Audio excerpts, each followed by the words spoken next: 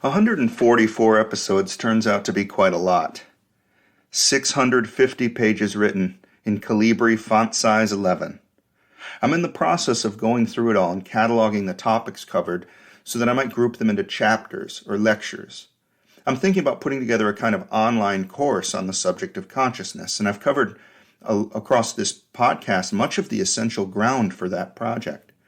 While I'm working on that, I hope you'll not begrudge the fact that these episodes come out a little less frequently than before. Today's episode is of the speculative kind. Believe it or not, I was not high on drugs when I wrote it, though it is of a nature that suits a nice cannabis session. These episodes are kind of fun to do because I allow myself to break free from what I actually believe and become open to contemplating what is, at least in principle, possibly true. I'm acting less as a scientist and more as a mystic, or a basement philosopher. Hell, maybe that's what I am. If we look closely at the material world using the most modern tools, we encounter non-intuitive and strange observations. Quantum physics shakes up the natural world such that the hard problem of consciousness takes on a different hue. In a Newtonian or even Einsteinian universe, consciousness stands out as irreconcilable. A materialist universe consisting of laws directing matter and energy and motion seems to be comprehensively describable in objective terms. In that context, the existence of subjective phenomenology presents a problem. Essentially, consciousness is not supposed to exist. The world makes perfect sense without it. Consciousness must be some epiphenomenal little eccentricity, a footnote in the physical account, or as Dan Dennett has tried, it must be reduced out of existence. But now, in a world best described in quantum terms, whether we like it that way or not, even the physical world of matter and energy and motion is imbued with new mystery. Perhaps when the dust settles and the scientific community has coalesced around a new, unified theory, even consciousness will be part of the description. It's like we had a puzzle of 1,000 parts all fit together with just a few jigsaw pieces left over at the end. This little remainder will not quite fit, but the whole thing is so close to coming together that it was better to keep the incomplete puzzle than to take the whole picture apart and start over. This is especially true because the picture we had constructed had all kinds of pragmatic utility. It was good enough to produce nuclear energy and space shuttles and personal computers. Is it really necessary to get all the pieces in place, given the success we've had? Doggedly, the scientific process carries forward and the old picture is demonstrably incomplete. Quantum physics has taught us a new way that puzzle pieces might be connected, so we can at least hope, once again, when we put the thing back together, the remaining bits can be part of the solution. I once did an episode called The Persistence of Being, in which I pondered the possibility that this day, this sequence of experience now, is my whole existence, that I've neither been before nor will I be in the future. Since that was like 90 episodes ago, I'll quote myself from that episode. I said, quote, "Is consciousness persistent over a lifetime? Maybe it's not. I've alluded to this concern in previous episodes, but I'd finally like to give this possibility some thought. If it seems obvious to you that your mind has amounted to one and the same being every day going back to childhood, let's consider a thought experiment to locate a weak point in your conviction. Obviously, you have changed across your lifetime. Just as your body has grown and matured and gained experience, for better or worse, you nevertheless feel like the same person. You are one being that has more memories and knowledge and everything else. Here's the thought experiment. Suppose we could make an exact duplicate of you. You go under anesthesia. They wheel you on a gurney into an operating room. Now you wake up out of your deep unconsciousness, and there are two of you. You one and you two, it says on the placard, next to you and the other guy. You are certain that you are the original. You remember everything that went down prior to the procedure, and here you are, every bit as you have ever been. You are you one, and the other is you two. Which is the original? After all, the other guy is every bit as certain that he is the original. This is the same problem as the old teleporter trick. If all you're sending to the new destination is instructions for my recreation, how do I know that I will be the one who appears on the other side? This thought experiment, if its implications are correct, suggests that we might not persist across the human lifetime after all.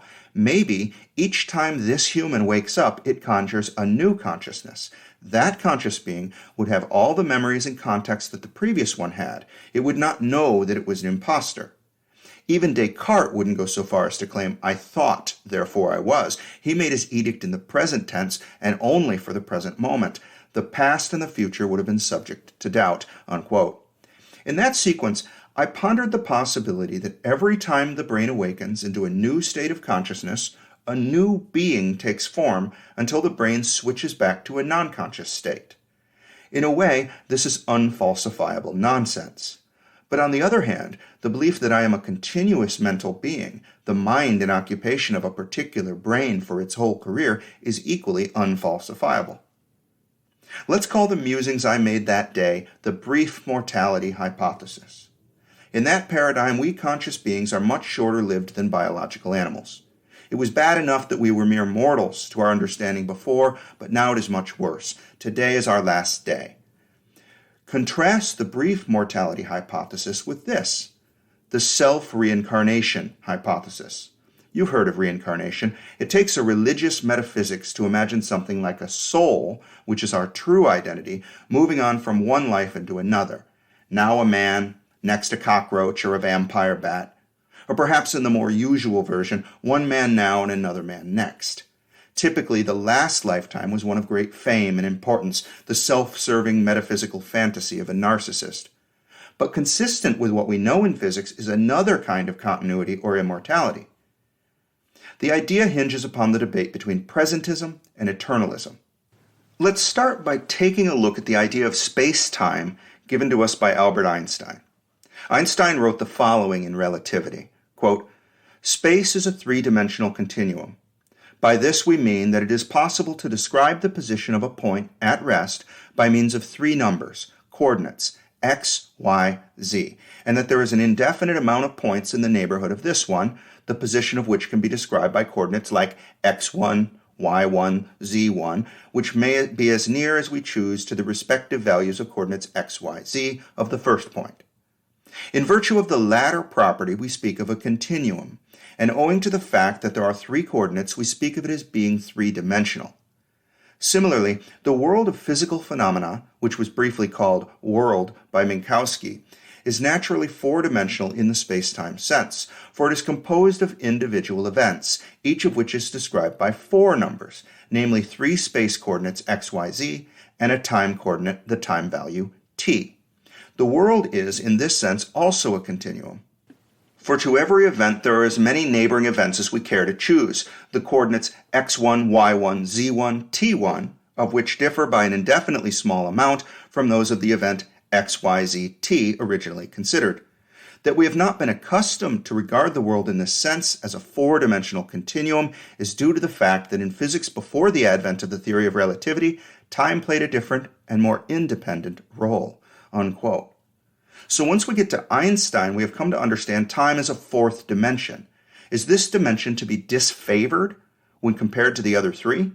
In dimensions x, y, and z, the whole universe is understood intuitively to persist. It is the objects in space which might change positions, not the spatial continua themselves. If time is simply another dimension like those, another persistent continuum, then all times coexist. This idea is called eternalism. To explain, I'll take a bit from Dean Buonomano's book, Your Brain is a Time Machine. Buonomano writes, quote, "Presentism, as the name hints, states that only the present is real. Under presentism, the past is a configuration of the universe that once existed, and the future refers to some yet-to-be determined configuration. Eternalism, in sharp contrast, states that the past and the future are as equally real as the present. There is absolutely nothing particularly special about the present. Under eternalism, now is to time as here is to space. Even though you currently find yourself to be in one point in space, you know that there are many other points in space, different rooms, cities, planets, and galaxies that are all equally valid places to be in. Similarly, even though you perceive yourself to be in a point in time you call now, there are past and future moments in time in which other beings and younger and older yous find themselves. presentism certainly conforms to our intuition that as each instant of our lives transforms into a past moment, it is gone. Whether or not that moment leaves an imprint in our memory, the moment itself ceases to exist. Presentism also corroborates our feelings of control, that our decisions and actions shape an open future. Neuroscientists rarely have to grapple with the issue of presentism versus eternalism, but in practice, neuroscientists are implicitly presentists. They view the past, present, and future as fundamentally distinct, as the brain makes decisions in the present based on memories of the past to enhance our well-being in the future. But despite its intuitive appeal, presentism is the underdog theory in physics and philosophy, unquote. All right, so what does it mean for us conscious beings if the universe really is eternalist? If the present time, from my point of view or yours, is just a location in a four-dimensional space-time?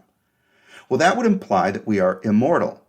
Not immortal in the sense that we exist at all times past a certain starting point. That's the presentist conception of immortality. Rather, the eternalist conception would have us existing across a certain span of the temporal dimension. Since all time exists, and since we exist somewhere within the set of all time, we must therefore exist. Since such a universe is eternal, so are we, trapped in time like a bug in amber. What should we expect this to mean for us?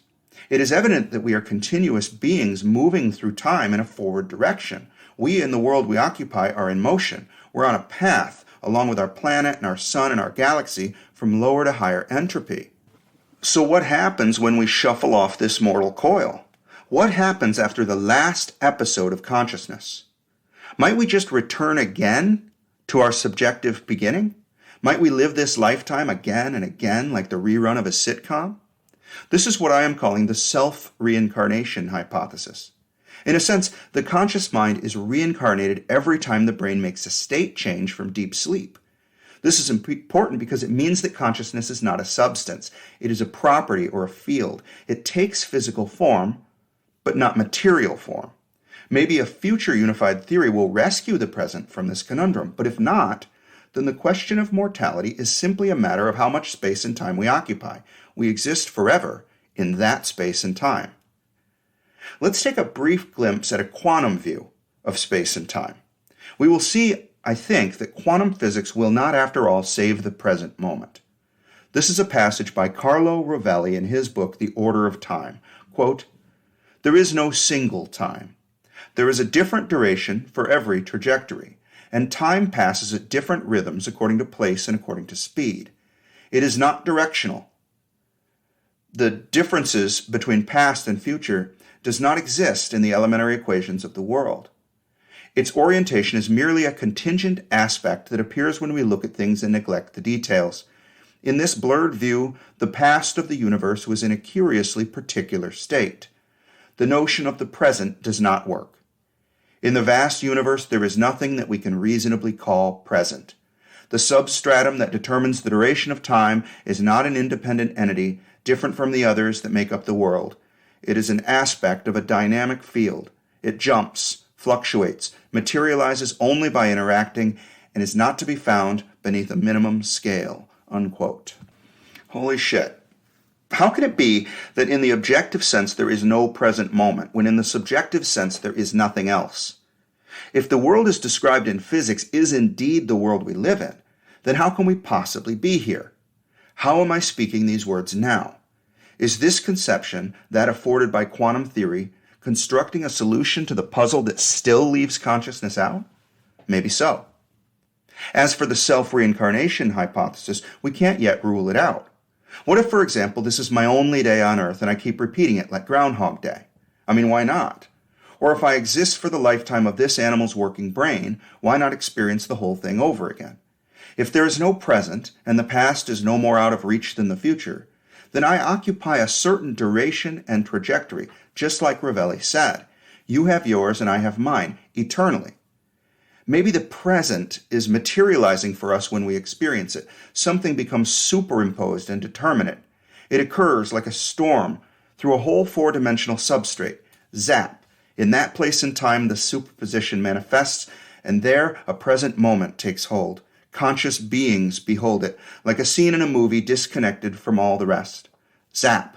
This scene unfolds, and just as quickly it disappears. We are not living our lives through linear time, but zapping in and out of existence with the stochasticity of the universal storm. Here I am a boy of 6 snapping Legos together. Zap! Here I am an old man pouring a cup of coffee. Zap! Here I am tapping out an inane theory on a laptop keyboard, and in between, an indefinite emptiness. The picture is edited together, all out of order, like a Tarantino film. We might call this the out-of-order hypothesis. Remember Clive Wearing, the amnesiac who would write in his journal, 10:49 a.m., I am totally awake, first time. 11:05 a.m., I am perfectly awake, first time. Maybe when the brain's memory system is broken down, the illusion of continuity is dispelled. Maybe Clive Wearing is experiencing how it really is. I suppose, given all the alternatives presented today, the self-reincarnation hypothesis is preferable. It would be nice to know that in fact we are living a coherent subjective life from birth until death. After all, this is the way it seems to us. Would I wish to keep repeating it, though? I guess I would. I'm not in each retelling of the tale becoming bored with its redundancy. For my situation in space and time, all the future is a novelty.